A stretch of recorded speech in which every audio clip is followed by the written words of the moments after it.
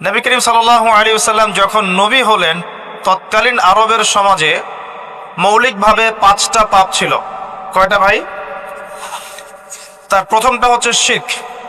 তারা আল্লাহর সাথে শিরক করত, যেটা আজকের বিশ্বে আমরা প্রত্যেকটা সেক্টরে করছি। 2 নাম্বার ছিল রিবা বা সুদ। তৎকালীন আরব সমাজের মধ্যে সুদ ভিত্তিক অর্থনীতি ছিল, যা এখন পুরো বিশ্ব জুড়ে চলছে। 3 নাম্বার হচ্ছে মাদক।